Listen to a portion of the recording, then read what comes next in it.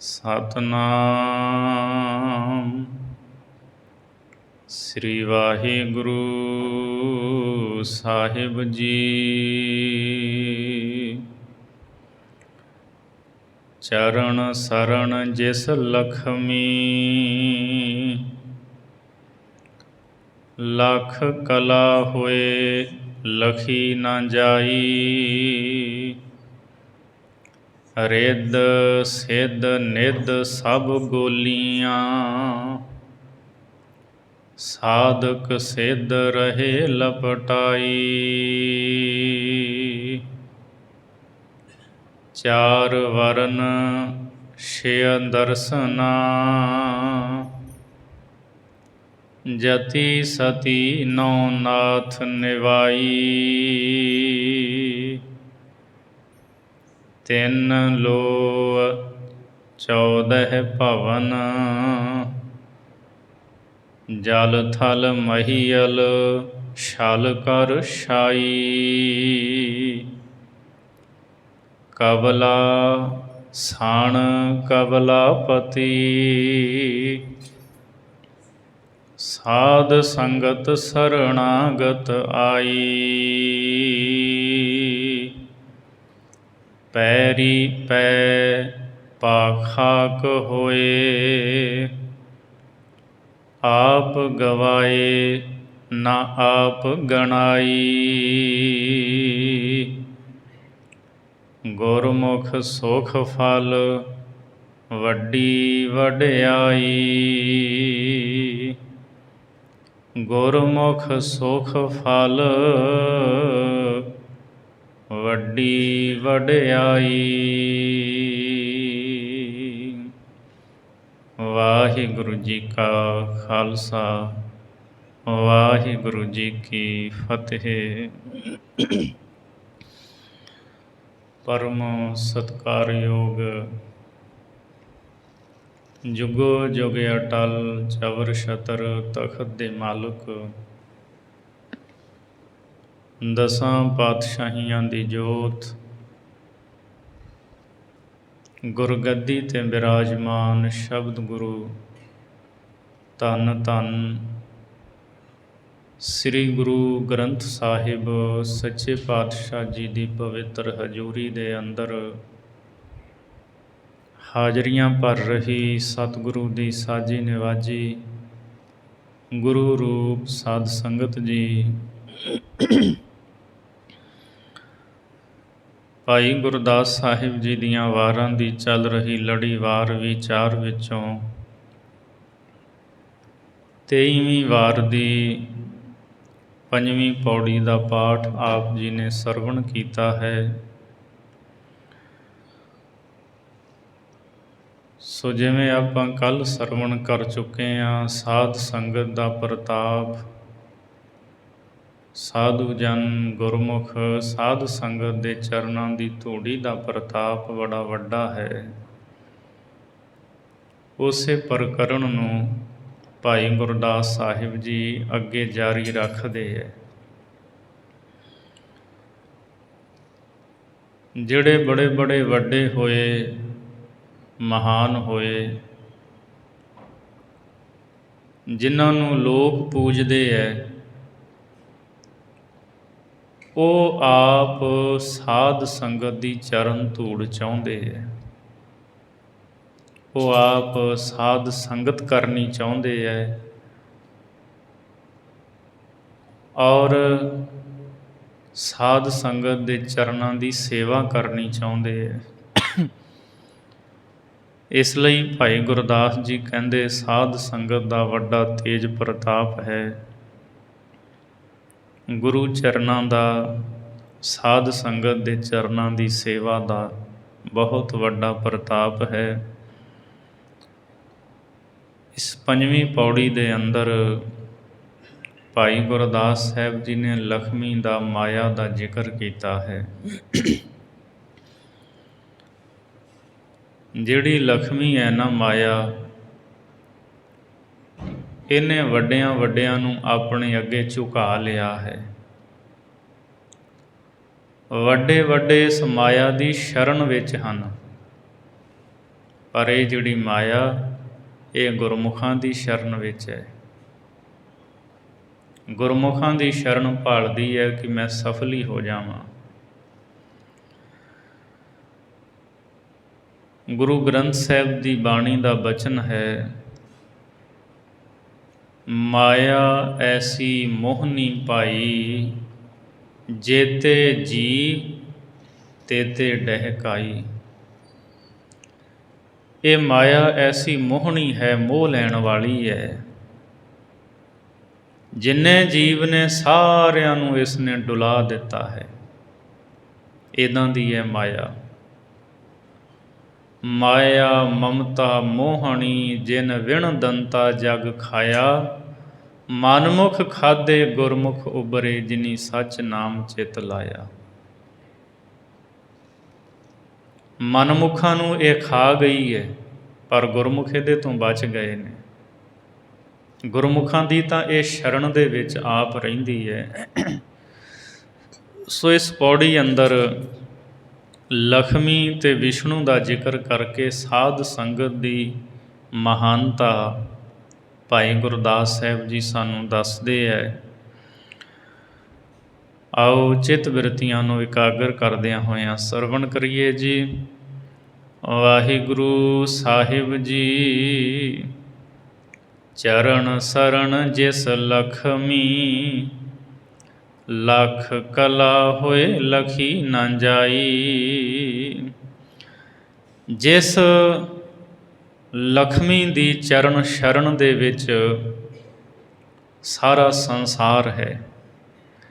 ਲੱਖਾਂ ਹੀ ਕਲਾ ਵਾਲੀ, ਸ਼ਕਤੀਆਂ ਵਾਲੀ ਹੈ ਇਹ ਲక్ష్ਮੀ, ਲਖੀ ਨਾ ਜਾਈ। ਅਤੇ ਇਹੋ ਜਿਹੀ ਹੈ ਇਹ ਕਿਸੇ ਤੋਂ ਜਾਣੀ ਨਹੀਂ ਜਾਂਦੀ। ਇਹ ਜਿਹੜੀ ਲక్ష్ਮੀ ਹੈ ਨਾ ਮਾਇਆ, ਇਹ ਕੀ ਖੇਡਾਂ ਖੇਡਦੀ ਹੈ, ਕੀ ਕੁਝ ਕਰਦੀ ਕਰਾਉਂਦੀ ਹੈ, ਇਹ ਕਿਸੇ ਤੋਂ ਜਾਣੀ ਨਹੀਂ ਜਾਂਦੀ। ਰਿੱਧ ਸਿੱਧ ਨਿੱਧ ਸਭ ਗੋਲੀਆਂ, ਸਾਧਕ ਸਿੱਧ ਰਹੇ ਲਪਟਾਈ। ਰਿੱਧੀਆਂ ਸਿੱਧੀਆਂ ਨਿੱਧੀਆਂ ਇਹ ਸਾਰੀਆਂ ਹੀ ਮਾਇਆ ਦੀਆਂ ਗੋਲੀਆਂ ਹਨ, ਦਾਸੀਆਂ ਹਨ, ਉਹਦੀਆਂ ਟਹਿਲਣਾ ਹਨ। ਸੇਵਾ ਕਰਨ ਵਾਲੀਆਂ ਨੇ ਇਹ ਲక్ష్ਮੀ ਦੀਆਂ। ਲక్ష్ਮੀ ਨਾਮ ਮਾਇਆ ਦਾ ਹੈ। ਸੋ ਜਿੰਨੀਆਂ ਰਿੱਧੀਆਂ ਸਿੱਧੀਆਂ ਨਿੱਧੀਆਂ ਇਹ ਸਾਰੀਆਂ ਹੀ ਇਹਦੀਆਂ ਗੋਲੀਆਂ ਹਨ। ਅਤੇ ਜਿਹੜੇ ਸਿੱਧ ਲੋਕ ਨੇ, ਸਾਧਨਾ ਕਰਨ ਵਾਲੇ ਹੈ, ਉਹ ਸਾਰੇ ਹੀ ਇਸ ਮਾਇਆ ਦੇ ਵਿੱਚ ਲੰਪਟ ਹੋ ਰਹੇ ਹੈ। ਇਹ ਸਾਰੇ ਹੀ ਮਾਇਆ ਦੇ ਦਾਸ ਹਨ।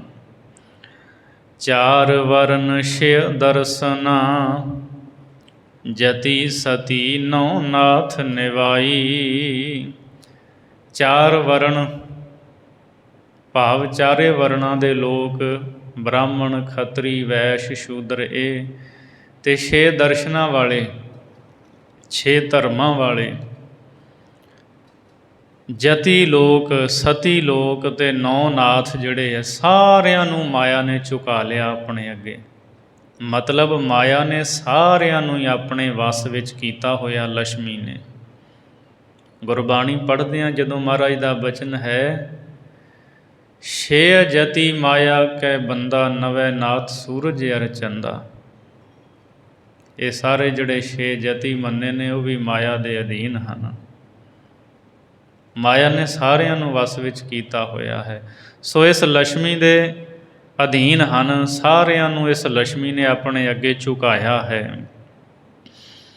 3 ਲੋਹ 14 ਭਵਨ, ਜਲ ਥਲ ਮਹੀਅਲ ਛਲ ਕਰ ਛਾਈ। 3 ਲੋਕਾਂ ਦੇ ਵਿੱਚ ਅਤੇ 14 ਭਵਨਾਂ ਦੇ ਵਿੱਚ, 14 ਬ੍ਰਹਿਮੰਡਾਂ ਦੇ ਵਿੱਚ ਇਹ ਜਿਹੜੀ ਲక్ష్ਮੀ ਹੈ ਇਹ ਛਲ ਕਰਕੇ ਛਾਈ ਹੋਈ ਹੈ। ਹਰ ਥਾਂ 'ਤੇ ਇਹਨੇ ਆਪਣਾ ਪ੍ਰਭਾਵ ਪਾਇਆ। ਜਿੱਥੇ ਮਰਜ਼ੀ ਬੰਦਾ ਚਲਿਆ ਜਾਵੇ, ਜੇ ਕਵੇ ਕਿ ਮੈਂ ਪਤਾਲ 'ਚ ਜਾ ਕੇ ਇਸ ਮਾਇਆ ਦੇ ਪ੍ਰਭਾਵ ਤੋਂ ਬਚ ਜਾਵਾਂ, ਇਹ ਉੱਥੇ ਵੀ ਵਿਆਪਦੀ ਹੈ। ਹਰ ਥਾਂ 'ਤੇ ਇਹ ਮਾਇਆ ਵਿਆਪਦੀ ਹੈ, ਤਾਂ ਹਰ ਥਾਂ 'ਤੇ ਇਹ ਛਲ ਕੇ ਛਾਈ ਹੋਈ ਹੈ। ਜਲ ਵਿੱਚ, ਥਲ ਵਿੱਚ, ਧਰਤੀ, ਆਕਾਸ਼, ਹਰ ਥਾਂ 'ਤੇ ਇਹਦਾ ਹੀ ਪ੍ਰਭਾਵ ਹੈ। ਕਵਲਾ ਸਣ ਕਵਲਾ ਪਤੀ, ਸਾਧ ਸੰਗਤ ਸਰਣਾਗਤ ਆਈ। ਸਭ ਤੋਂ ਪਹਿਲਾਂ ਤਾਂ ਇਸ ਪਾਠ ਨੂੰ ਕਬਲਾ ਸਣ ਵੱਖਰਾ ਪੜ੍ਹਨਾ ਹੈ। ਇਹਦਾ ਅਰਥ ਹੈ ਸਮੇਤ। ਜਿਹੜੀ ਕਬਲਾ ਲక్ష్ਮੀ ਹੈ ਉਹ ਸਮੇਤ ਕਬਲਾਪਤੀ ਵਿਸ਼ਨੂੰ ਦੇ। ਇੰਨੀ ਤਾਕਤ ਵਾਲੀ, ਸ਼ਕਤੀਆਂ ਵਾਲੀ, ਜਿਸ ਨੇ ਸਾਰਿਆਂ ਨੂੰ ਝੁਕਾਇਆ ਹੋਇਆ ਹੈ, ਲక్ష్ਮੀ ਨੇ ਵਸ ਵਿੱਚ ਕੀਤਾ ਹੋਇਆ ਹੈ। ਭਾਈ ਗੁਰਦਾਸ ਸਾਹਿਬ ਜੀ ਕਹਿੰਦੇ ਉਹ ਲక్ష్ਮੀ, ਉਹ ਮਾਇਆ ਆਪਣੇ ਪਤੀ ਵਿਸ਼ਨੂੰ ਦੇ ਸਮੇਤ ਸਾਧ ਸੰਗਤ ਦੀ ਸ਼ਰਨ ਦੇ ਵਿੱਚ ਆਈ ਹੈ। ਇੰਨੀ ਮਹਾਨਤਾ ਹੈ ਸਾਧ ਸੰਗਤ ਦੀ। ਲక్ష్ਮੀ ਜੀ ਦੇ ਅੱਗੇ ਸਾਰੇ ਝੁਕਦੇ ਨੇ, ਉਹ ਆਪ ਵਿਸ਼ਨੂੰ ਦੇ ਸਮੇਤ ਸਾਧ ਸੰਗਤ ਦੀ ਸ਼ਰਨ ਵਿੱਚ ਆਉਂਦੀ ਹੈ ਕਿ ਮੇਰਾ ਭਲਾ ਹੋ ਜਾਵੇ, ਮੇਰਾ ਪਾਰ ਉਤਾਰਾ ਹੋ ਜਾਵੇ, ਮੈਂ ਸਫਲ ਹੀ ਹੋ ਜਾਵਾਂ। ਸੋ ਇੰਨੀ ਵੱਡੀ ਮਹਾਨਤਾ ਹੈ ਸਾਧ ਸੰਗਤ ਦੀ। ਅਤੇ ਇੱਥੇ ਆ ਕੇ ਫਿਰ ਕੀ ਕਰਦੀ ਹੈ ਉਹ ਲక్ష్ਮੀ? ਪੈਰੀ ਪੈ ਪਾ ਖਾਕ ਹੋਏ, ਆਪ ਗਵਾਏ ਨਾ ਆਪ ਗਣਾਈ। ਸਾਧ ਸੰਗਤ ਦੇ ਪੈਰੀਂ ਪੈ ਕੇ ਸਾਧ ਸੰਗਤ ਦੇ ਪੈਰਾਂ ਦੀ ਧੂੜ ਬਣ ਜਾਂਦੀ ਹੈ। ਧੂੜੀ ਹੋ ਕੇ ਆਪਾ ਭਾਵ ਗਵਾ ਦਿੰਦੀ ਹੈ, ਮੈਂ ਮੇਰੀ ਮੁਕਾ ਦਿੰਦੀ ਹੈ। ਅਤੇ ਫਿਰ ਆਪਣਾ ਆਪ ਜਣਾਉਂਦੀ ਨਹੀਂ ਕਿ ਮੈਂ ਸਾਧ ਸੰਗਤ ਦੇ ਚਰਨਾਂ ਦੀ ਧੂੜ ਬਣ ਗਈ ਹਾਂ ਅਤੇ ਮੈਂ ਹੁਣ ਵੱਡੀ ਹੋ ਗਈ, ਨਹੀਂ। ਉਹ ਆਪਣਾ ਆਪ ਜਣਾਉਂਦੀ ਨਹੀਂ। ਗੁਰਮੁਖ ਸੁਖ ਫਲ ਵੱਡੀ ਵਡਿਆਈ। ਭਾਈ ਗੁਰਦਾਸ ਸਾਹਿਬ ਜੀ ਕਹਿੰਦੇ ਵੇਖੋ, ਇਹ ਗੁਰਮੁਖਾਂ ਦੇ ਸੁਖ ਫਲ ਦੀ ਹੀ ਵੱਡੀ ਵਡਿਆਈ ਹੈ, ਸ਼ੋਭਾ ਹੈ ਕਿ ਜਿਹੜੀ ਮਾਇਆ ਨਾ ਉਹਨੂੰ ਵੀ ਆਪਣੇ ਚਰਨਾਂ ਦੀ ਦਾਸੀ ਬਣਾ ਲੈਂਦੇ ਹੈ। ਮਾਇਆ ਗੁਰਮੁਖਾਂ ਦੇ ਚਰਨਾਂ ਦੀ ਦਾਸੀ ਬਣ ਕੇ ਸੇਵਾ ਕਮਾਉਂਦੀ ਹੈ। ਸੋ ਭਾਈ ਸਾਹਿਬ ਨੇ ਜਿਹੜੀ ਗੱਲ ਸਾਨੂੰ ਸਮਝਾਈ ਹੈ ਨਾ, ਉਹ ਇਹ ਹੈ ਵੀ ਸਾਧ ਸੰਗਤ ਸਭ ਤੋਂ ਵੱਡੀ ਹੈ, ਮਹਾਨ ਹੈ। ਜਿਨ੍ਹਾਂ ਦੇ ਅੱਗੇ ਲੋਕ ਝੁਕਦੇ ਹੈ, ਜਿਨ੍ਹਾਂ ਦੇ ਵਸ ਵਿੱਚ ਹੋ ਜਾਂਦੇ ਲੋਕ, ਉਹ ਵੀ ਸਾਧ ਸੰਗਤ ਦੀ ਚਰਨ ਧੂੜ ਚਾਹੁੰਦੇ ਹੈ ਕਿ ਸਤ ਸੰਗਤ ਕਰੀਏ, ਇੱਥੋਂ ਸਾਨੂੰ ਗੁਣ ਮਿਲੇਗਾ। ਸਤ ਸੰਗਤ ਦੀ ਚਰਨ ਧੂੜ, ਇਹਦੀ ਬਰਕਤ ਦੇ ਨਾਲ ਅਸੀਂ ਸੰਸਾਰ ਤੋਂ ਪਾਰ ਉਤਾਰਾ ਸਾਡਾ ਹੋ ਜਾਵੇਗਾ।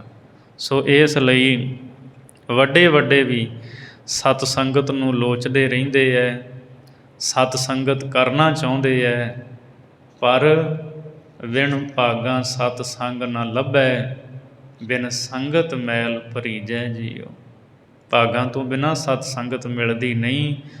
ਵਡਭਾਗੀ ਨੇ ਉਹ ਜਿਹੜੇ ਗੁਰੂ ਦੀ ਚਰਨ ਸ਼ਰਨ ਵਿੱਚ ਆਉਂਦੇ ਨੇ। ਵਡਭਾਗੀ ਹਰ ਸੰਗਤ ਪਾਵਹਿ, ਭਾਗਹੀਨ ਭ੍ਰਮ ਚੋਟਾਂ ਖਾਵੈ। ਭਾਗਾਂ ਤੋਂ ਹੀਣੇ ਤਾਂ ਭਰਮਾਂ ਵਿੱਚ ਪੈ ਕੇ ਚੋਟਾਂ ਖਾਂਦੇ ਰਹਿੰਦੇ ਹੈ। ਸੋ ਗੁਰਮੁਖਾਂ ਦੀ ਚਰਨ ਸ਼ਰਨ, ਉਹਨਾਂ ਦੀ ਸ਼ੋਭਾ ਵੱਡੀ ਹੈ, ਉਹਨਾਂ ਦਾ ਸੁਖ ਫਲ ਜੋ ਉਹਨਾਂ ਨੂੰ ਪ੍ਰਾਪਤ ਹੋਇਆ ਹੈ, ਉਹਨਾਂ ਦੀ ਵੱਡੀ ਵਡਿਆਈ ਹੈ। ਅਗਲੀ 6ਵੀਂ ਪੌੜੀ ਦੇ ਵਿੱਚ ਭਾਈ ਗੁਰਦਾਸ ਸਾਹਿਬ ਜੀ ਬਲ ਰਾਜੇ ਦਾ ਜ਼ਿਕਰ ਕਰਕੇ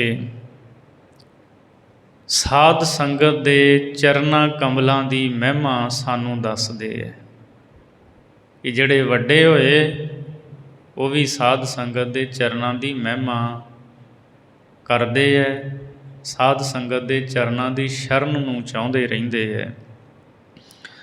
52 ਰੂਪੀ ਹੋਏ ਕੈ, ਬਲ ਛਲ ਅਛਲ ਆਪ ਛਲਾਇਆ। 52 ਅਵਤਾਰ ਹੋਇਆ, ਬਹੁਤ ਬੌਣਾ ਸੀ, ਛੋਟਾ ਸੀ। ਅਤੇ ਰਾਜਾ ਬਲ ਜਿਹੜਾ ਉਹ ਯੱਗ ਕਰਦਾ ਸੀ। 10ਵੀਂ ਵਾਰ ਆਪਾਂ ਪਿੱਛੇ ਸਰਵਣ ਕੀਤੀ, ਉੱਥੇ ਸਾਰੀ ਕਥਾ ਹੈ 10ਵੀਂ ਵਾਰ ਵਿੱਚ ਰਾਜੇ ਬਲ ਦੀ, ਕਿਵੇਂ 52 ਨੇ ਉਸ ਨੂੰ ਛਲਿਆ। ਇਸ ਲਈ ਵਿਸਥਾਰ ਵਿੱਚ ਮੈਂ ਨਹੀਂ ਜਾਣਾ ਚਾਹੁੰਦਾ। ਜੋ ਭਾਈ ਗੁਰਦਾਸ ਜੀ ਸਿਧਾਂਤ ਇੱਥੇ ਦੱਸ ਰਹੇ ਹੈ, ਉਸ ਸਿਧਾਂਤ ਦੇ ਵੱਲ ਆਪਾਂ ਆਉਣਾ ਹੈ। ਸਾਧ ਸੰਗਤ ਦੀ ਵਿਸ਼ੇਸ਼ਤਾ, ਮਹਾਨਤਾ। 52 ਰੂਪੀ ਹੋਏ ਕੈ, 52 ਰੂਪ ਅਵਤਾਰ ਧਾਰ ਕੇ ਬਲ ਛਲ, ਰਾਜੇ ਬਲ ਨੂੰ ਛਲਿਆ। ਅਤੇ ਫਿਰ ਰਾਜੇ ਬਲ ਦੇ ਪ੍ਰੇਮ ਕਰਕੇ ਅਛਲ ਨੇ ਆਪਣੇ ਆਪ ਨੂੰ ਛਲਾ ਲਿਆ। ਕਰੋਂ ਅਟਾਈ ਧਰਤ ਮੰਗ, ਪਿੱਛੋਂ ਦੇ ਵੱਡ ਪਿੰਡ ਵਧਾਇਆ। ਜਿਸ ਵੇਲੇ ਰਾਜਾ ਬਲ ਯੱਗ ਕਰ ਰਿਹਾ ਸੀ ਕਿ ਮੈਨੂੰ ਸੁਰਗ ਦਾ ਰਾਜ ਮਿਲ ਜਾਵੇ, ਜਦੋਂ ਉਹਦਾ ਯੱਗ ਸੰਪੂਰਨ ਹੋਣਾ ਸੀ, ਉਹਨੂੰ ਸੁਰਗ ਦਾ ਰਾਜ ਮਿਲਣਾ ਸੀ, ਤਾਂ ਫਿਰ 52 ਅਵਤਾਰ ਆਇਆ। ਇੱਕ ਬੌਣਾ ਜਿਹਾ ਛੋਟਾ ਜਿਹਾ ਅਵਤਾਰ ਧਾਰ ਕੇ ਬ੍ਰਾਹਮਣ ਦਾ ਭੇਸ ਧਾਰਿਆ ਅਤੇ ਰਾਜੇ ਬਲ ਦੇ ਪਾਸੋਂ ਦਾਨ ਮੰਗਿਆ, ਮੈਨੂੰ ਦਾਨ ਦੇ।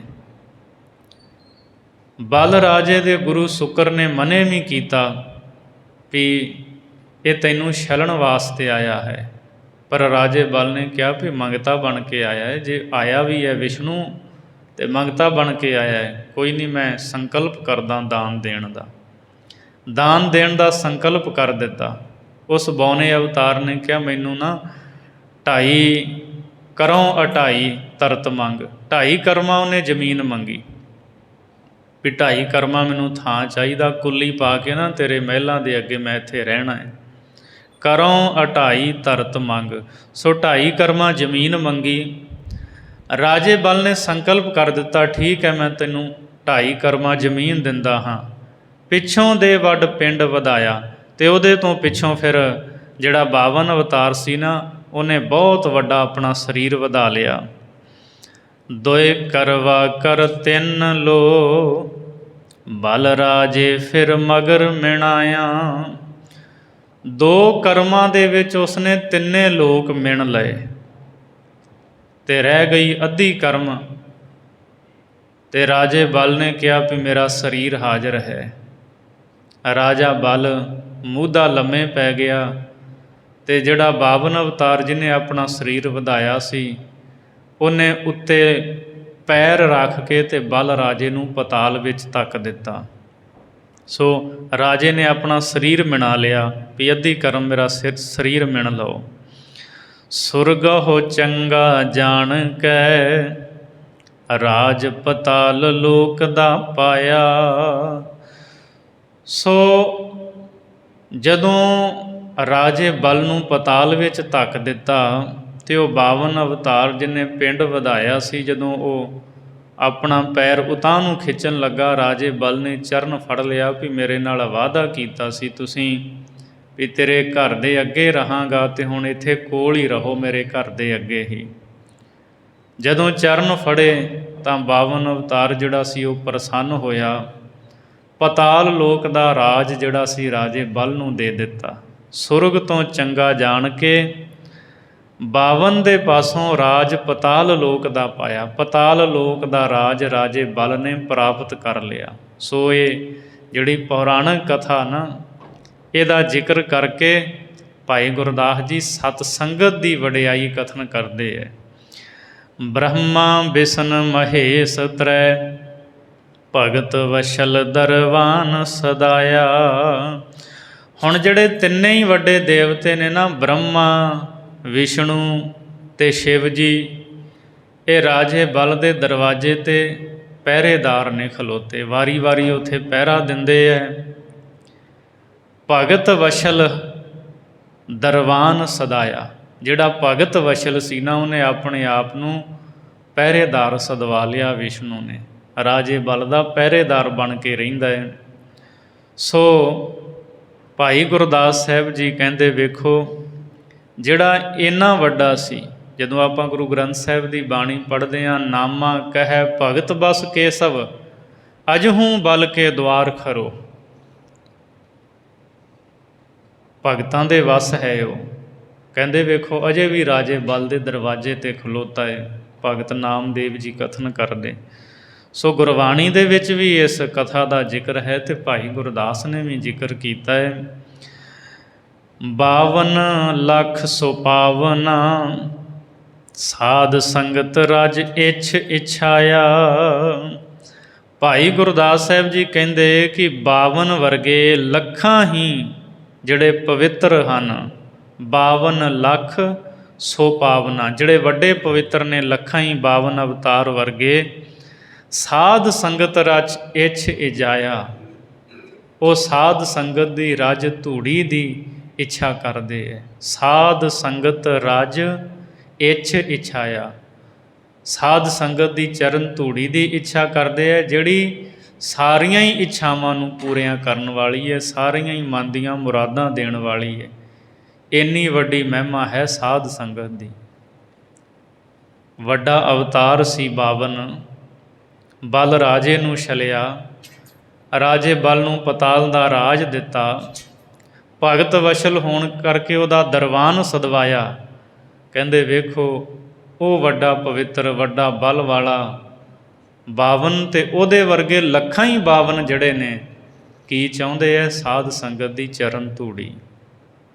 ਇਸ ਲਈ ਸਾਧ ਸੰਗਤ ਦੀ ਬੜੀ ਵੱਡੀ ਮਹਿਮਾ ਹੈ। ਸੰਗਤ ਕੋ ਗੁਣ ਬਹੁਤ ਅਧਿਕਾਈ, ਪੜ ਸੂਆ ਗਨਕ ਉਦਾਰੇ। ਸਾਧ ਸੰਗਤ ਹੀ ਹੈ ਜੋ ਸਾਡਾ ਪਾਰ ਉਤਾਰਾ ਕਰਦੀ ਹੈ। ਵੱਡੇ ਵੱਡੇ ਸਾਧ ਸੰਗਤ ਦੀ ਚਰਨ ਧੂੜ ਚਾਹੁੰਦੇ ਹੈ। ਸਾਧ ਸੰਗਤ ਗੁਰ ਚਰਨ ਧਿਆਇਆ। ਭਾਈ ਗੁਰਦਾਸ ਸਾਹਿਬ ਜੀ ਕਹਿੰਦੇ ਇਸ ਲਈ ਅਸੀਂ ਸਾਧ ਸੰਗਤ ਅਤੇ ਗੁਰੂ ਦੇ ਚਰਨਾਂ ਨੂੰ ਧਿਆਉਣਾ ਕੀਤਾ ਹੈ। ਗੁਰਸਿੱਖੋ ਤੁਸੀਂ ਵੀ ਸਾਧ ਸੰਗਤ ਕਰਿਆ ਕਰੋ, ਸਾਧ ਸੰਗਤ ਦੇ ਚਰਨਾਂ ਦੀ ਧੂੜੀ ਲੋਚਿਆ ਕਰੋ, ਗੁਰੂ ਦੇ ਚਰਨਾਂ ਦੀ ਆਰਾਧਨਾ ਕਰਿਆ ਕਰੋ। ਇਸ ਤਰ੍ਹਾਂ ਕਰਨ ਦੇ ਨਾਲ ਜੀਵਨ ਸਫਲ ਹੋਵੇਗਾ।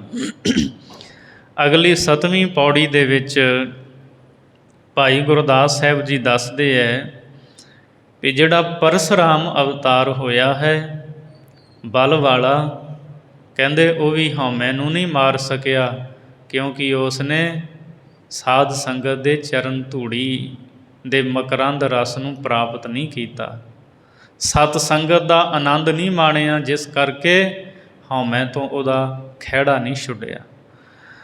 ਸਹਿਸ ਬਾਹੋ ਜਮ ਦਗਨ ਘਰ, ਹੋਏ ਪਰਾਹੁਣ ਚਾਰੀ ਆਇਆ। ਸੋ ਭਾਈ ਗੁਰਦਾਸ ਸਾਹਿਬ ਜੀ ਪਰਸਰਾਮ ਦੀ ਕਥਾ ਦਾ ਜ਼ਿਕਰ ਕਰਦਿਆਂ ਗੁਰੂ ਦੇ ਪਰਮੇਸ਼ਰ ਦੇ ਚਰਨਾਂ ਕਮਲਾਂ ਦੀ ਮਹਿਮਾ ਕਰਦੇ ਹੈ। ਸਹਿਸ ਬਾਹੋ ਜਮ ਦਗਨ ਘਰ। ਸਹਿਸ ਬਾਹੋ ਇਹ ਰਾਜੇ ਦਾ ਨਾਂ ਹੈ। ਉਹਦੀਆਂ ਹਜ਼ਾਰਾਂ ਬਾਹਾਂ ਸੀ, ਭਾਵ ਹਜ਼ਾਰਾਂ ਬਾਹਾਂ ਜਿੰਨਾ ਉਹਦੇ ਵਿੱਚ ਬਲ ਸੀ, ਇੰਨੀ ਤਾਕਤ ਸੀ ਉਹਦੇ ਵਿੱਚ। ਜਮ ਦਗਨ ਘਰ, ਜਮ ਦਗਨੀ ਰਿਸ਼ੀ ਦੇ ਘਰ ਦੇ ਵਿੱਚ ਪ੍ਰਾਹੁਣਾ ਬਣ ਕੇ ਆਇਆ। ਅਤੇ ਜਿਹੜੇ ਇਹ ਦੋਵੇਂ ਸੀ ਨਾ, ਸਹਿਸ ਬਾਹੋ ਅਤੇ ਜਮ ਦਗਨੀ ਰਿਸ਼ੀ, ਇਹ ਸਾਂਢੂ ਸੀ ਆਪੋ ਵਿੱਚ। ਸਹਿਸ ਬਾਹੋ ਰਾਜਾ ਸੀ ਅਤੇ ਜਮਦਗਨੀ ਜਿਹੜਾ ਸੀ ਉਹ ਰਿਸ਼ੀ ਸੀ। ਸਹਿਸ ਬਾਹੋ ਕੋਲ ਵੱਡੀਆਂ ਫੌਜਾਂ ਸੀ, ਰਾਜ ਭਾਗ ਸੀ, ਸ਼ਸਤਰਧਾਰੀ ਸੀ। ਸੋ ਇੱਕ ਵਾਰਾਂ ਦੀ ਗੱਲ ਹੈ ਕਿ ਸਹਿਸ ਬਾਹੋ ਆਪਣੀਆਂ ਫੌਜਾਂ ਦੇ ਸਮੇਤ ਆਪਣੇ ਸਾਂਢੂ ਜਮਦਗਨੀ ਰਿਸ਼ੀ ਦੇ ਘਰ ਦੇ ਵਿੱਚ ਪ੍ਰਾਹੁਣਾ ਬਣ ਕੇ ਆਇਆ, ਜੰਗਲ ਵਿੱਚ, ਜਿੱਥੇ ਰਿਸ਼ੀ ਕੁਟੀਆ ਪਾ ਕੇ ਰਹਿੰਦਾ ਸੀ।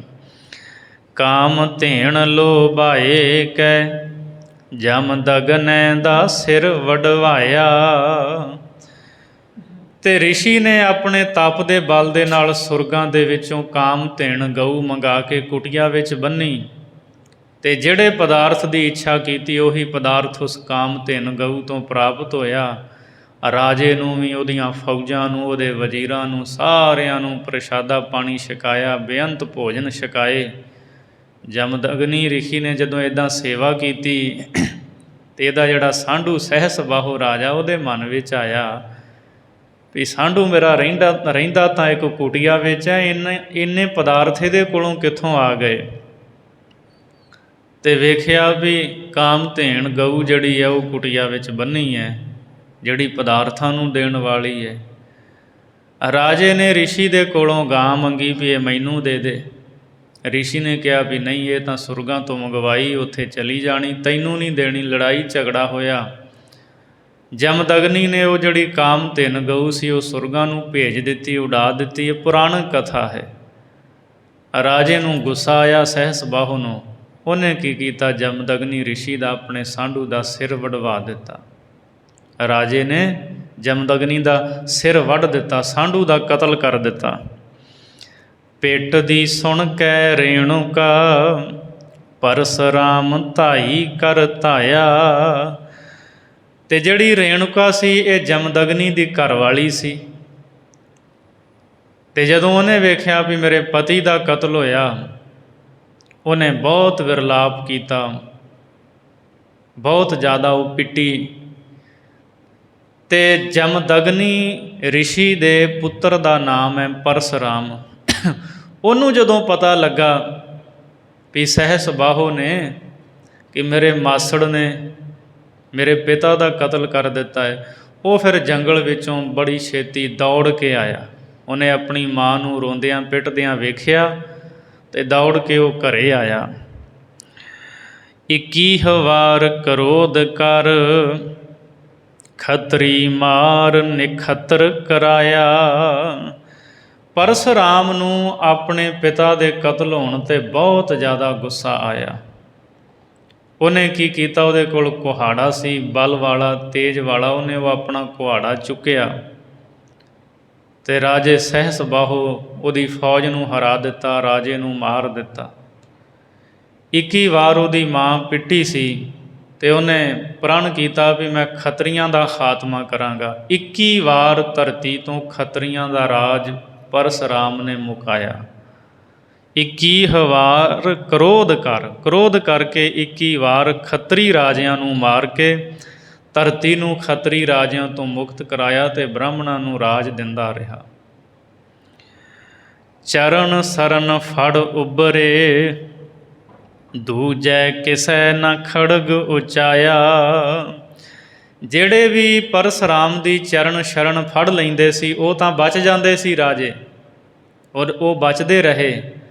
ਪਰ ਕਿਸੇ ਦੂਜੇ ਹੋਰ ਦੀ ਹਿੰਮਤ ਨਹੀਂ ਹੋਈ ਵੀ ਤਲਵਾਰ ਚੁੱਕ ਕੇ ਸ਼ਸਤਰ ਫੜ ਕੇ ਪਰਸਰਾਮ ਦੇ ਸਾਹਮਣੇ ਆ ਕੇ ਜੰਗ ਕਰੇ। ਸੋ ਕੋਈ ਇਹਦੇ ਸਾਹਮਣੇ ਹਿੰਮਤ ਨਾ ਕਰ ਸਕਿਆ। ਹਉਮੈ ਮਾਰ ਨਾ ਸਕੀਆ, ਚਿਰੰਜੀਵ ਹੋਏ ਆਪ ਜਣਾਇਆ। ਭਾਈ ਗੁਰਦਾਸ ਜੀ ਸਾਨੂੰ ਕੀ ਸਮਝਾਉਂਦੇ ਹੈ? ਇਹ ਸੀ ਪੁਰਾਣਕ ਕਥਾ ਸੁਣਾ ਦਿੱਤੀ। ਹੁਣ ਜਿਹੜੀ ਗੱਲ ਸਾਨੂੰ ਸਮਝਾਉਂਦੇ ਸਿਧਾਂਤ ਦੀ, ਉਹ ਗੁਰਮਤਿ ਦੀ ਗੱਲ ਹੈ। ਭਾਈ ਗੁਰਦਾਸ ਜੀ ਕਹਿੰਦੇ ਜਿਹੜਾ ਪਰਸਰਾਮ 21 ਵਾਰ ਖੱਤਰੀ ਰਾਜਿਆਂ ਨੂੰ ਮਾਰ ਕੇ ਜਿਹਨੇ ਧਰਤੀ ਤੋਂ ਖੱਤਰੀਆਂ ਨੂੰ ਮੁਕਾਇਆ, ਇੰਨਾ ਬਲ ਵਾਲਾ ਸੀ ਪਰਸਰਾਮ। ਕਹਿੰਦੇ ਉਹ ਵੀ ਆਪਣੇ ਅੰਦਰ ਦੀ ਹਉਮੈ ਨੂੰ ਨਹੀਂ ਮਾਰ ਸਕਿਆ। 21 ਵਾਰ ਰਾਜਿਆਂ ਨੂੰ ਮਾਰਿਆ ਪਰ ਆਪਣੀ ਮੈਂ ਨੂੰ ਨਹੀਂ ਮਾਰ ਸਕਿਆ। ਹਉਮੈ ਏਡੀ ਬਲ ਵਾਲੀ ਹੈ। ਇਹ ਵੱਡਾ ਰੋਗ ਹੈ ਬੰਦੇ ਨੂੰ ਹਉਮੈ ਦਾ। ਤਾਂ ਵੱਡੇ ਵੱਡੇ ਜਿਹੜੇ ਹੋਏ ਨਾ ਉਹ ਵੀ ਹੰਕਾਰੇ ਹੋਏ ਫਿਰਦੇ ਰਹੇ। ਹਉਮੈ ਕਿੱਥੇ ਖਹਿੜਾ ਛੱਡਦੀ ਹੈ ਬੰਦੇ ਦਾ। 4 ਪੈਸੇ ਬੰਦੇ ਕੋ ਆ ਜਾਣ ਤਾਂ ਉਹ ਹੰਕਾਰ ਕਰਦਾ ਹੈ। ਤਨ ਸੁੰਦਰ ਹੋਵੇ ਤਾਂ ਹੰਕਾਰ ਕਰਦਾ ਹੈ। ਸੋ ਹੰਕਾਰ ਕਰਕੇ ਹੀ ਇਹ ਬੰਦਾ ਮਾਰਿਆ ਜਾਂਦਾ ਹੈ। ਏਡਾ ਬਲ ਵਾਲਾ ਹੋਇਆ ਪਰਸਰਾਮ, ਪਰ ਉਹ ਆਪਣੇ ਅੰਦਰ ਦੀ ਹਉਮੈ ਨੂੰ ਨਹੀਂ ਮਾਰ ਸਕਿਆ। ਚਿਰੰਜੀਵ ਹੋਏ ਆਪ ਜਣਾਇਆ, ਤੇ ਚਿਰਜੀਵੀ ਹੋਇਆ, ਬੜੀ ਲੰਮੀ ਉਮਰ ਦਾ ਮਾਲਕ ਹੋਇਆ ਤੇ ਆਪਣਾ ਆਪ ਹੀ ਜਣਾਉਂਦਾ ਰਿਹਾ, ਮੈਂ ਵੱਡਾ ਹਾਂ, ਮੈਂ ਬਲ ਵਾਲਾ ਹਾਂ, ਮੇਰੇ ਕੁਹਾੜੇ ਵਿੱਚ ਬਲ ਹੈ। ਚਰਨ ਕਵਲ ਮਕਰੰਦ ਨਾ ਪਾਇਆ। ਭਾਈ ਗੁਰਦਾਸ ਜੀ ਕਾਰਨ ਦੱਸਦੇ ਹੈ ਵੀ ਕਿਉਂ ਨਹੀਂ ਉਹ ਆਪਣੇ ਅੰਦਰ ਦੀ ਹਉਮੈ ਨੂੰ ਮਾਰ ਸਕਿਆ। ਕਿਉਂਕਿ ਉਸਨੇ ਚਰਨ ਕਵਲ, ਚਰਨਾ ਕਮਲਾਂ ਦੇ ਮਕਰੰਦ ਰਸ ਨੂੰ ਨਹੀਂ ਪ੍ਰਾਪਤ ਕੀਤਾ। ਸਾਧ ਸੰਗਤ ਦੇ ਚਰਨਾਂ ਦੀ ਧੂੜੀ ਨਹੀਂ ਪ੍ਰਾਪਤ ਕੀਤੀ। ਉਹਨੇ ਸਾਧ ਸੰਗਤ ਨਹੀਂ ਕੀਤੀ, ਗੁਰੂ ਦੀ ਸੰਗਤ ਨਹੀਂ ਕੀਤੀ, ਜਿਸ ਕਰਕੇ ਹਉਮੈ ਦੂਰ ਨਹੀਂ ਹੋਈ। ਸਾਰਿਆਂ ਦੀ ਚਰਨ ਧੂੜ ਬਣਨ ਦਾ ਮਤਲਬ ਇਹ ਹੁੰਦਾ ਵੀ ਨਿਮਰਤਾ ਧਾਰਨ ਕਰ ਲੈਣੀ, ਨਿਮਰਤਾ ਦਾ ਗੁਣ ਆ ਜਾਣਾ। ਉਹ ਨਿਮਰਤਾ ਵਿੱਚ ਨਹੀਂ ਰਿਹਾ। ਸੋ ਸਾਧ ਸੰਗਤ ਵਿੱਚ ਇੱਥੇ ਆਈਦਾ ਹੈ, ਇੱਥੇ ਹਉਮੈ ਦੂਰ ਹੁੰਦੀ ਹੈ। ਸਾਰੇ ਬਰਾਬਰ ਬੈਠਦੇ ਨੇ ਇੱਥੇ, ਕੋਈ ਉੱਚਾ ਨਹੀਂ, ਕੋਈ ਨੀਵਾਂ ਨਹੀਂ, ਸਾਰਿਆਂ ਨੂੰ ਸਮਾਨਤਾ ਹੈ। ਸਾਰਿਆਂ ਨੂੰ ਹੀ ਗੁਰੂ ਦਾ ਸਾਂਝਾ ਉਪਦੇਸ਼ ਹੈ। ਇੱਥੇ ਕਿਸੇ ਦੀ ਹਉਮੈ ਰਹਿੰਦੀ ਨਹੀਂ ਵੀ ਮੈਂ ਉੱਚਾ, ਮੈਨੂੰ ਮਹਾਰਾਜ ਨੇ ਇਹ ਸਿੱਖਿਆ ਦਿੱਤੀ ਹੈ, ਫਲਾਣੇ ਤਾਂ ਨੀਵੇਂ ਨੇ ਉਹਨਾਂ ਨੂੰ ਸਿੱਖਿਆ ਨਹੀਂ। ਇੱਦਾਂ ਦੀ ਤਾਂ ਕੋਈ ਗੱਲ ਹੀ ਨਹੀਂ ਹੈ। ਤੋ ਐਸੀ ਬਰਾਬਰਤਾ ਹੈ ਇੱਥੇ।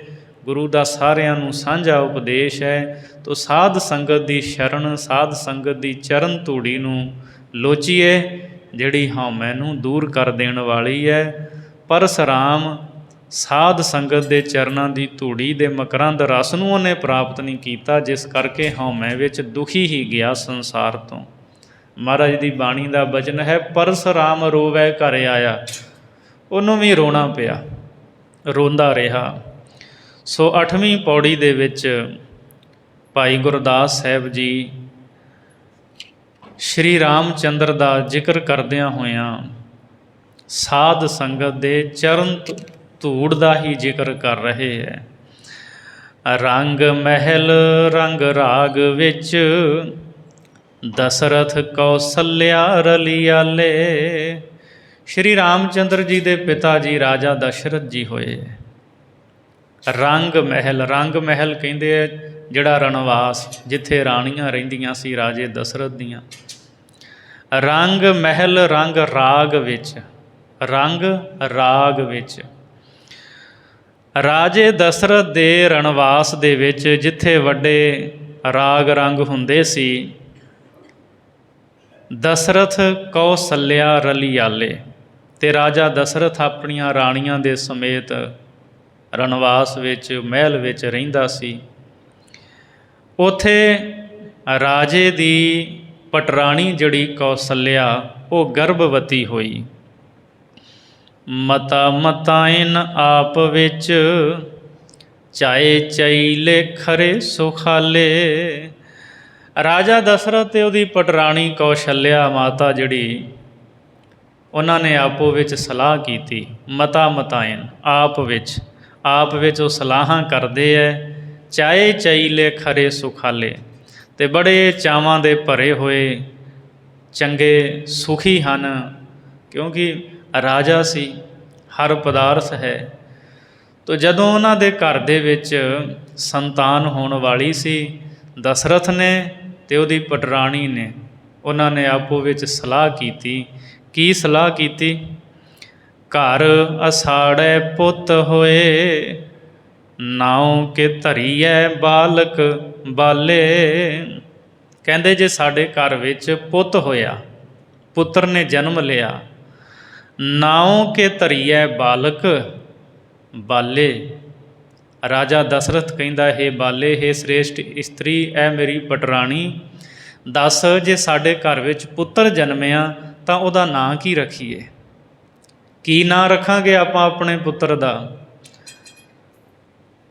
ਅਤੇ ਰਾਜੇ ਦੀ ਪਟਰਾਣੀ ਕੌਸ਼ਲਿਆ ਨੇ ਇਹ ਗੱਲ ਕਹੀ ਕਿ ਪਤੀ ਜੀ, ਸਵਾਮੀ ਜੀ, ਜੇ ਸਾਡੇ ਘਰ ਵਿੱਚ ਪੁੱਤਰ ਪੈਦਾ ਹੋਇਆ, ਕੋਈ ਇਹੋ ਜਿਹਾ ਨਾਂ ਰੱਖੋ ਵੀ ਜਿਹੜਾ ਰੱਬ ਦੇ ਨਾਂ ਨਾਲ ਮਿਲਦਾ ਹੋਵੇ, ਰੱਬ ਦਾ ਨਾਂ ਹੋਵੇ, ਜਿਹਦਾ ਨਾਂ ਲਿਆ ਪਾਪ ਦੂਰ ਹੋ ਜਾਣ। ਅਜਾਮਲ ਵਾਂਗੂ ਸਾਡੇ ਵੀ ਪਾਪ ਦੂਰ ਹੋ ਜਾਣ। ਅਜਾਮਲ ਦੇ ਪੁੱਤਰ ਦਾ ਨਾਮ ਨਾਰਾਇਣ ਸੀ। ਨਾਰਾਇਣ ਕਹਿੰਦਾ ਹੀ ਉਹ ਤਰ ਗਿਆ। ਵੀ ਇਹੋ ਜਿਹਾ ਨਾਂ ਰੱਖੀਏ ਪੁੱਤਰ ਦਾ ਵੀ ਜਿਹੜਾ ਨਾਂ ਰੱਬ ਦਾ ਹੋਵੇ ਅਤੇ ਜਿਹਦੇ ਨਾਲ ਪਾਪ ਦੂਰ ਹੋ ਜਾਣ। ਰਾਮ ਚੰਦ ਨਾਉ ਲੈਂਦਿਆਂ ਤਿੰਨ ਹੱਤਿਆ ਤੇ ਹੋਏ ਨਿਰਾਲੇ। ਸੋ ਆਪੋ ਵਿੱਚ ਉਹਨਾਂ ਸਲਾਹ ਕਰਕੇ ਘਰ ਦੇ ਵਿੱਚ ਜਦੋਂ ਪੁੱਤਰ ਦਾ ਜਨਮ ਹੋਇਆ, ਉਹਦਾ ਨਾਮ ਰਾਮ ਚੰਦਰ ਰੱਖਿਆ। ਰਾਮ ਚੰਦ ਨਾਉ ਲੈਂਦਿਆਂ, ਅਤੇ ਰਾਮ ਨਾਮ ਰਮੇ ਹੋਏ ਪਰਮਾਤਮਾ ਦਾ ਹੈ। ਹਾਲਾਂਕਿ ਸ਼੍ਰੀ ਰਾਮ ਚੰਦਰ ਪਰਮਾਤਮਾ ਨਹੀਂ, ਉਹ ਇੱਕ ਰਾਜੇ ਦਸ਼ਰਥ ਦੇ ਪੁੱਤਰ ਹਨ। ਕੁਝ ਤਾਕਤਾਂ, ਕੁਝ ਸ਼ਕਤੀਆਂ ਦੇ ਸਮੇਤ ਹਨ। ਗੁਰੂ ਗ੍ਰੰਥ ਸਾਹਿਬ ਜੀ ਦੀ ਬਾਣੀ ਦਾ ਬਚਨ ਹੈ, ਜੁਗ ਹੈ ਕਿ ਰਾਜੇ ਕੀਏ, ਗਾਵਹਿ ਕਰ ਅਵਤਾਰੀ। ਵੀ ਜੁਗਾਂ ਵਿੱਚ ਜਿਹੜੇ ਰਾਜੇ ਹੋਏ, ਉਹਨਾਂ ਨੂੰ ਅਵਤਾਰੀ ਪੁਰਸ਼ ਕਹਿ ਕੇ ਗਾਇਆ ਗਿਆ। ਤੋ ਉਹਨਾਂ ਨਾਂ ਰੱਖਿਆ ਆਪਣੇ ਪੁੱਤਰ ਦਾ ਰਾਮ ਚੰਦ, ਜਿਹਦਾ ਨਾਂ ਲੈਂਦਿਆਂ, ਰਾਮ ਚੰਦ ਨਾਉ ਲੈਂਦਿਆਂ ਤਿੰਨ ਹੱਤਿਆ ਤੇ ਹੋਏ ਨਿਰਾਲੇ। ਤਿੰਨ ਜਿਹੜੀਆਂ ਹੱਤਿਆਵਾਂ ਹੋਈਆਂ, ਉਹਦੇ ਤੋਂ ਰਾਜਾ ਦਸ਼ਰਥ ਮੁਕਤ ਹੋ ਗਿਆ। ਤਿੰਨ ਹੱਤਿਆਵਾਂ ਕਿਹੜੀਆਂ ਸੀ? ਉਹ ਆਪ ਜੀ ਨੂੰ ਪਤਾ ਹੈ ਵੀ ਜਦੋਂ ਸ਼ਿਕਾਰ 'ਤੇ ਨਿਕਲਿਆ ਸੀ ਨਾ ਰਾਜਾ ਦਸ਼ਰਥ, ਅਤੇ ਸ਼ਬਦ ਭੇਦੀ ਉਹਨੇ ਬਾਣ ਮਾਰਿਆ, ਪਾਣੀ ਦੀ ਆਵਾਜ਼ ਸੁਣ ਕੇ। ਸ਼ਿਕਾਰ ਨਹੀਂ ਸੀ ਮਿਲਿਆ, ਬੜੇ ਚਿਰ ਦਾ ਫਿਰ ਰਿਹਾ ਸੀ। ਤੇ ਉੱਥੇ ਸਰਵਣ ਪਾਣੀ ਭਰਨ ਆਇਆ ਸੀ ਸਰਯੂ 'ਤੇ। ਉਹ ਸਰਵਣ ਦੇ ਸੀਨੇ ਵਿੱਚ ਤੀਰ ਵੱਜਿਆ। ਕੋਲ ਆ ਕੇ ਵੇਖਿਆ ਜਦੋਂ ਵੀ ਇਹ ਤਾਂ ਸਰਵਣ ਹੈ, ਮੇਰਾ ਭਾਣਜਾ। ਬੜਾ ਦੁਖੀ ਹੋਇਆ ਦਸ਼ਰਥ। ਸਰਵਣ ਦੀ ਮੌਤ ਹੋਈ। ਪਾਣੀ ਲੈ ਕੇ ਜਦੋਂ ਉਹਨਾਂ ਦੇ ਅੰਨ੍ਹੇ ਮਾਂ ਬਾਪ ਕੋਲ ਗਿਆ, ਉਹ ਵਹਿੰਗੀ ਵਿੱਚ ਬਿਠਾ ਕੇ ਯਾਤਰਾ ਕਰਾ ਰਿਹਾ ਸੀ ਤੀਰਥਾਂ ਦੀ,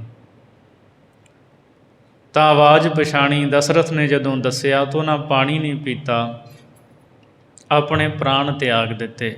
ਇਹ ਬਚਨ ਕਹਿੰਦਿਆਂ ਹੋਇਆਂ ਵੀ ਇਹ ਦਸ਼ਰਥ, ਜਿਵੇਂ ਅੱਜ ਅਸੀਂ ਪੁੱਤਰ ਦੇ ਵਿਯੋਗ ਵਿੱਚ ਮਰ ਰਹੇ ਹਾਂ, ਕੱਲ੍ਹ ਨੂੰ ਤੂੰ ਵੀ ਪੁੱਤਰ ਦੇ ਵਿਯੋਗ ਵਿੱਚ ਮਰੇਂਗਾ। ਉਹ ਬਚਨ ਰਸਨਾ ਤੋਂ ਨਿਕਲ ਗਿਆ, ਪੂਰਾ ਹੋਣਾ ਸੀ। ਤਾਂ ਜਦੋਂ ਸ਼੍ਰੀ ਰਾਮ ਚੰਦਰ ਨੂੰ ਬਨਵਾਸ ਮਿਲਿਆ ਸੀ, ਰਾਜਾ ਦਸ਼ਰਥ ਇਸ ਵਿਛੋੜੇ ਨੂੰ ਸਹਾਰ ਨਹੀਂ ਸੀ ਸਕਿਆ। ਕੋਠੇ ਉੱਤੇ ਚੜ੍ਹ ਕੇ ਦੇਖਦਾ ਰਿਹਾ ਜੰਗਲ ਨੂੰ ਜਾਂਦਿਆਂ ਹੋਇਆਂ ਵੀ ਸ਼੍ਰੀ ਰਾਮ ਚੰਦਰ, ਲਛਮਣ ਅਤੇ ਸੀਤਾ ਜੀ ਜਦੋਂ ਗਏ ਤਾਂ ਉਹਨੇ ਫਿਰ ਕੋਠੇ ਤੋਂ ਛਾਲ ਮਾਰੀ ਅਤੇ ਉਹਦੀ ਮੌਤ ਹੋ ਗਈ ਸੀ ਰਾਜੇ ਦਸ਼ਰਥ ਦੀ। ਸੋ ਨਾਮ ਰੱਖਿਆ ਪੁੱਤਰ ਦਾ ਰਾਮ ਚੰਦਰ। ਕੌਸ਼ਲਿਆ ਅਤੇ ਰਾਜੇ ਦਸ਼ਰਥ ਨੇ, ਜਿਹਦਾ ਨਾਮ ਲੈਂਦਿਆਂ 3 ਹੱਤਿਆਵਾਂ ਤੋਂ ਨਿਰਾਲਾ ਵੱਖਰਾ ਹੋ ਗਿਆ, ਉਹ ਨਿਰਮਲ ਹੋ ਗਿਆ। ਪਰ ਜਿਹੜਾ ਬਚਨ ਹੋਇਆ ਸੀ ਸਰਵਣ ਦੇ ਮਾਂ ਬਾਪ ਦਾ, ਉਹ ਤਾਂ ਹੁਣ ਤੀਰ ਵਾਂਗੂ ਨਿਕਲ ਚੁੱਕਿਆ ਸੀ ਮੁਖ ਤੋਂ, ਉਹ ਪੂਰਾ ਹੋਣਾ ਸੀ। ਸੋ ਰਾਮ ਚੰਦਰ ਨਾਂ ਰੱਖਿਆ। ਰਾਮ ਰਾਜ ਪਰਵਾਨ ਜਗ, ਸਤ ਸੰਤੋਖ ਧਰਮ ਰਖਵਾਲੇ। ਸ਼੍ਰੀ ਰਾਮ ਚੰਦਰ ਦਾ ਜਿਹੜਾ ਰਾਮ ਰਾਜ, ਉਹ ਜਗਤ ਦੇ ਵਿੱਚ ਪ੍ਰਵਾਨ ਹੋਇਆ। ਕਿਉਂ? ਸਤ ਸੰਤੋਖ ਅਤੇ ਧਰਮ ਦੇ ਉਹ ਰਖਵਾਲੇ ਸੀ। ਸਤ ਸੰਤੋਖ ਧਰਮ ਦੇ ਗੁਣਾਂ ਨੂੰ ਧਾਰ ਕੇ ਰਖਵਾਲੇ ਬਣੇ, ਪ੍ਰਜਾ ਦੀ ਰਾਖੀ ਕੀਤੀ। 14 ਸਾਲ ਦਾ ਬਨਵਾਸ ਕੱਟ ਕੇ ਆ ਕੇ ਰਾਜ ਭਾਗ ਮਾਣਿਆ। ਮਾਇਆ ਵਿੱਚ ਉਦਾਸ ਹੋਏ, ਸੁਣੈ ਪੁਰਾਣ ਵਸਿਸ਼ਟ ਬਹਾਲੇ। ਸ਼੍ਰੀ ਰਾਮ ਚੰਦਰ ਜੀ ਮਾਇਆ ਦੇ ਵਿੱਚ ਉਦਾਸ ਰਹੇ।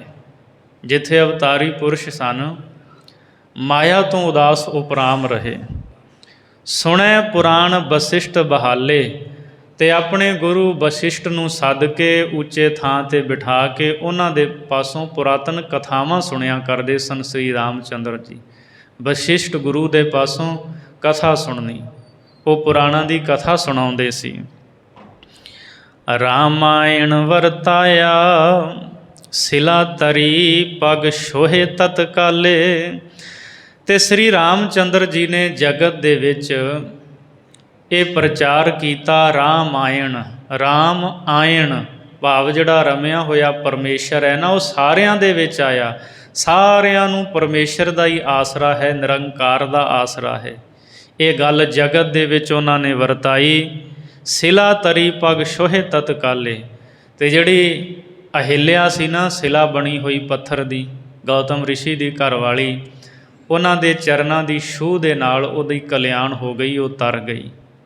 ਸੋ ਇਹ ਕਥਾ ਆਪਾਂ 10ਵੀਂ ਵਾਰ ਵਿੱਚ ਪਿੱਛੇ ਸੁਣ ਚੁੱਕੇ ਹਾਂ ਵੀ ਗੌਤਮ ਦੀ ਘਰਵਾਲੀ ਅਹਿਲਿਆ ਸਿਲਾ ਕਿਵੇਂ ਬਣੀ ਸੀ। ਗੌਤਮ ਨੇ ਸ਼ਰਾਪ ਦੇ ਦਿੱਤਾ ਸੀ ਰਿਸ਼ੀ ਨੇ।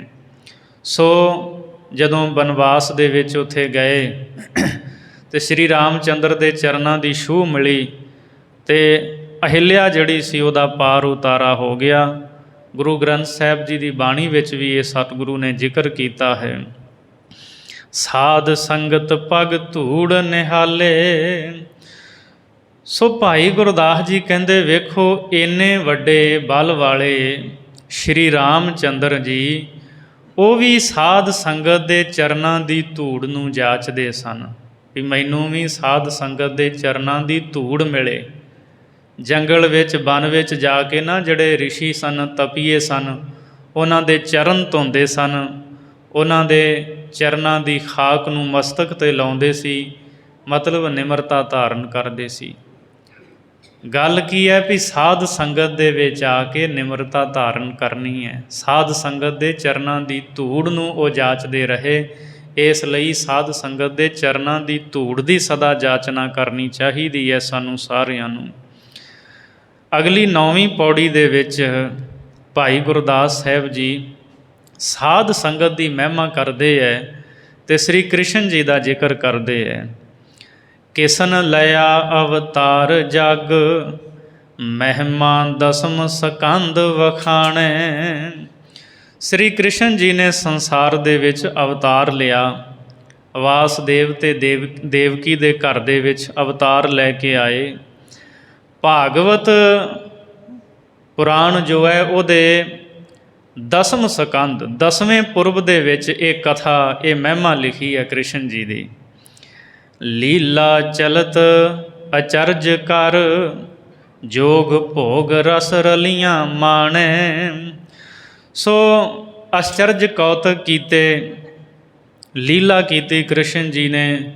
ਜੋਗ ਰੱਬ ਦੇ ਚਰਨਾਂ ਨਾਲ ਵੀ ਜੁੜੇ ਅਤੇ ਭੋਗ ਪਦਾਰਥ ਵੀ, ਰਾਜ ਭਾਗ ਵੀ ਮਾਣਿਆ। ਸੋ ਬਹੁਤ ਆਨੰਦ ਅਤੇ ਖੁਸ਼ੀਆਂ ਮਾਣੀਆਂ ਕ੍ਰਿਸ਼ਨ ਜੀ ਨੇ। ਮਹਾਭਾਰਤ ਕਰਵਾਇਓਨ, ਕੈਰੋਂ ਪਾਂਡੂ ਕਰ ਹੈਰਾਣੇ। ਮਹਾਭਾਰਤ ਦਾ ਜੰਗ ਕਰਵਾਇਆ ਅਤੇ ਐਸਾ ਜੰਗ ਕਰਵਾਇਆ, ਕੈਰੋਂ ਅਤੇ ਪਾਂਡੂ ਸਾਰੇ ਹੀ ਹੈਰਾਨ ਕਰ ਦਿੱਤੇ। ਇੰਦਰਾਦਿਕ ਬ੍ਰਹਮਾਦਿਕਾ, ਮਹਿਮਾ ਮਿਤ ਮਿਰਜਾਦ ਨਾ ਜਾਣੇ।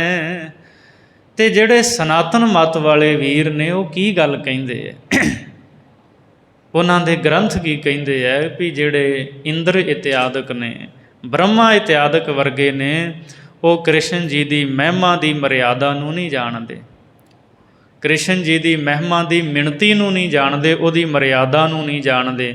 ਮਤਲਬ ਉਹ ਇਹ ਗੱਲ ਕਹਿੰਦੇ ਆ ਵੀ ਕ੍ਰਿਸ਼ਨ ਜੀ ਸਭ ਤੋਂ ਵੱਡੇ ਨੇ, ਬਹੁਤ ਵੱਡੇ ਨੇ।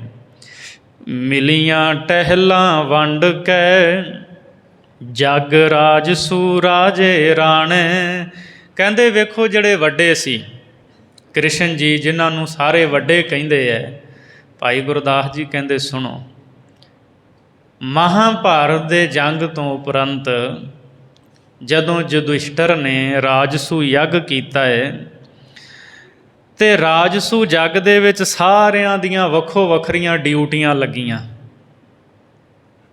ਜਿਹੜੀ ਟਹਿਲ ਸੀ, ਸੇਵਾ ਸੀ, ਸਾਰਿਆਂ ਨੂੰ ਵੱਖੋ ਵੱਖਰੀ ਮਿਲੀ ਵੀ ਫਲਾਣੇ ਨੇ ਕੀ ਕਰਨਾ, ਫਲਾਣੇ ਨੇ ਪ੍ਰਸ਼ਾਦਾ ਛਕਾਉਣਾ ਕਿਸੇ ਨੂੰ, ਉਹਨੇ ਹੱਥ ਧਵਾਉਣੇ ਹੈ, ਆਹ ਰਸੋਈਏ ਇਹਨਾਂ ਨੇ ਭੋਜਨ ਤਿਆਰ ਕਰਨਾ ਹੈ, ਇਹਨਾਂ ਨੇ ਵਿਛਾਈ ਕਰਨੀ, ਬੈਠਣ ਦਾ ਪ੍ਰਬੰਧ ਕਰਨਾ, ਇਹਨਾਂ ਨੇ ਗੇਟ ਦੇ ਉੱਤੇ ਉੱਥੇ ਦਰਵਾਜ਼ੇ 'ਤੇ ਖੜ੍ਹਨਾ, ਜੀਓ ਆਇਆਂ ਕਹਿਣਾ। ਤੋ ਜਦੋਂ ਰਾਜਸੂ ਯੱਗ ਕੀਤਾ ਨਾ ਯੁਧਿਸ਼ਟਰ ਨੇ, ਸਾਰਿਆਂ ਨੂੰ, ਰਾਜਿਆਂ ਰਾਣਿਆਂ ਨੂੰ, ਰਾਣੀਆਂ ਨੂੰ ਜਿਹੜੀ ਟਹਿਲ ਸੀ, ਸੇਵਾ ਵੰਡ ਕੇ ਸਾਰਿਆਂ ਨੂੰ ਮਿਲੀ। ਮੰਗ ਲਈ ਹਰ ਟਹਿਲ ਏਹ, ਪੈਰ ਧੋਏ ਚਰਨ ਉਦਕ ਮਾਣੇ। ਅਤੇ ਕ੍ਰਿਸ਼ਨ ਜੀ ਨੇ ਕੀ ਕੀਤਾ, ਮੰਗ ਕੇ, ਇੱਥੇ ਹਰ ਦਾ ਅਰਥ ਹੈ ਕ੍ਰਿਸ਼ਨ। ਰਾਜਸੂ ਯੱਗ ਦੇ ਵਿੱਚ, ਯੁਧਿਸ਼ਟਰ ਦੇ ਉਸ ਯੱਗ ਦੇ ਵਿੱਚ ਜਿੱਥੇ ਰਿਸ਼ੀਆਂ ਮੁਨੀਆਂ ਤਪੀਆਂ ਨੇ ਆਉਣਾ ਸੀ, ਕ੍ਰਿਸ਼ਨ ਜੀ ਨੇ ਮੰਗ ਕੇ ਇਹ ਸੇਵਾ ਲਈ। ਮੰਗ ਲਈ ਹਰ ਟਹਿਲ ਇਹ, ਪੈਰ ਧੋਏ ਚਰਨ ਉਦਕ ਮਾਣੇ। ਵੀ ਜਿਹੜੇ ਵੀ ਤਪਸਵੀ ਰਿਸ਼ੀ ਸਾਧੂ ਆਉਣਗੇ ਨਾ, ਮੈਂ ਉਹਨਾਂ ਦੇ ਚਰਨਾਂ ਨੂੰ ਧੋਣ ਦੀ ਸੇਵਾ ਲੈਣਾ। ਜਦੋਂ ਉਹ ਉੱਥੋਂ ਮੁੱਖ ਦਰਵਾਜ਼ੇ ਤੋਂ ਅੱਗੇ ਆਉਣਗੇ, ਇੰਟਰ ਹੋਣਗੇ, ਮੈਂ ਸਾਰਿਆਂ ਦੇ ਚਰਨ ਧੋਵਾਂਗਾ। ਕਿੰਨੀ ਨਿਮਰਤਾ ਸੀ ਕ੍ਰਿਸ਼ਨ ਜੀ ਵਿੱਚ। ਕਹਿੰਦੇ ਵੇਖੋ, ਰਿਸ਼ੀਆਂ ਦੇ ਤਪੀਆਂ ਦੇ ਚਰਨ ਧੋਣ ਦੀ ਸੇਵਾ ਲਈ ਅਤੇ ਚਰਨਾ ਅੰਮ੍ਰਿਤ ਨੂੰ ਉਹਨਾਂ ਨੇ ਮਾਣਿਆ ਵੀ ਇਹਦਾ ਆਨੰਦ ਮੈਂ ਮਾਣਾਂਗਾ। ਸਾਧ ਸੰਗਤ ਗੁਰ ਸ਼ਬਦ ਸਿਆਣੈ। ਭਾਈ ਗੁਰਦਾਸ ਸਾਹਿਬ ਜੀ ਕਹਿੰਦੇ ਹੈ, ਸੋ ਇਹ ਨਿਮਰਤਾ, ਇਹ ਪ੍ਰਤਾਪ ਸਾਧ ਸੰਗਤ ਅਤੇ ਗੁਰੂ ਦੇ ਸ਼ਬਦ ਕਰਕੇ ਹੀ ਸੋਝੀ ਆਉਂਦੀ ਹੈ ਵੀ ਕਿਵੇਂ ਸਾਧ ਸੰਗਤ ਦੇ ਚਰਨਾਂ ਦੀ ਸੇਵਾ ਕਰਨੀ ਹੈ, ਸਤ ਸੰਗਤ ਦੀ ਸੇਵਾ ਕਰਨੀ ਹੈ। ਸੋ ਮੰਗ ਕੇ ਕ੍ਰਿਸ਼ਨ ਜੀ ਨੇ ਸੇਵਾ ਲਈ ਸੀ, ਸਾਰਿਆਂ ਦੇ ਚਰਨ ਧੋਣ ਦੀ ਅਤੇ ਉਹਨਾਂ ਦੇ ਚਰਨਾਂ ਅੰਮ੍ਰਿਤ ਨੂੰ ਮਾਨਣ ਦੀ। ਸੋ ਇਸ ਲਈ ਸਾਧ ਸੰਗਤ ਦੇ ਚਰਨਾਂ ਦੀ ਉਪਮਾ ਬੇਅੰਤ ਹੈ। ਸਾਧ ਸੰਗਤ ਦੇ ਚਰਨਾਂ ਦੀ ਸੇਵਾ ਮਹਾਨ ਹੈ। ਨਿਮਰਤਾ ਹਿਰਦੇ ਵਿੱਚ ਆਉਂਦੀ ਹੈ, ਹਿਰਦੇ ਦੇ ਵਿੱਚੋਂ ਹੰਕਾਰ ਜਿਹੜਾ ਉਹ ਦੂਰ ਹੋ ਜਾਂਦਾ ਹੈ। ਸੋ ਸਾਧ ਸੰਗਤ ਦੇ ਚਰਨਾਂ ਦੀ ਮਹਿਮਾ ਬੜੀ ਵੱਡੀ ਹੈ। ਸਾਧ ਸੰਗਤ ਕਰਦਿਆਂ, ਗੁਰ ਸ਼ਬਦ ਨੂੰ ਵਾਚਦਿਆਂ ਹੀ ਇਹ ਸਿਆਣੇ ਪਛਾਣ ਆਉਂਦੀ ਹੈ ਵੀ ਕਿਵੇਂ ਅੰਦਰ ਦੀ ਹਉਮੈ ਨੂੰ ਮਾਰ ਕੇ ਅਤੇ ਨਿਮਰਤਾ ਨੂੰ ਧਾਰਨ ਕਰਨਾ ਹੈ। ਸਤਿਗੁਰੂ ਮਿਹਰ ਕਰਨ। ਕ੍ਰਿਸ਼ਨ ਜੀ ਜਿਨ੍ਹਾਂ ਨੂੰ ਕਰੋੜਾਂ ਲੋਕ ਅਵਤਾਰ ਮੰਨਦੇ ਹੈ, ਸੋ ਉਹਨਾਂ ਨੇ ਵੀ ਗੁਰੂ ਸ਼ਬਦ ਦੀ ਪਛਾਣ ਕਰਕੇ ਇਹ ਟਹਿਲ ਲਈ। ਸਾਰਿਆਂ ਨੂੰ ਨਿਮਰਤਾ ਧਾਰਨ ਕਰਨੀ ਚਾਹੀਦੀ ਹੈ। ਮਹਾਰਾਜ ਕਿਰਪਾ ਕਰਨ। ਵਿਚਾਰਾਂ ਕਰਦਿਆਂ ਹੋਈਆਂ ਬੇਅੰਤ ਭੁੱਲਾਂ ਦੀ ਖਿਮਾ ਬਖਸ਼ਣੀ, ਅਗਾਂਹ ਵਾਸਤੇ ਸੁਮਤ ਬਖਸ਼ਣੀ ਜੀ। ਮੰਗ ਲਈ ਹਰ ਟਹਿਲ ਏਹ, ਪੈਰ ਧੋਏ ਚਰਨ ਓਦਕ ਮਾਣੈ, ਸਾਧ ਸੰਗਤ ਗੁਰ ਸ਼ਬਦ ਸਿਆਣੈ। ਵਾਹਿਗੁਰੂ ਜੀ ਕਾ ਖਾਲਸਾ, ਵਾਹਿਗੁਰੂ ਜੀ ਕੀ ਫਤਿਹ।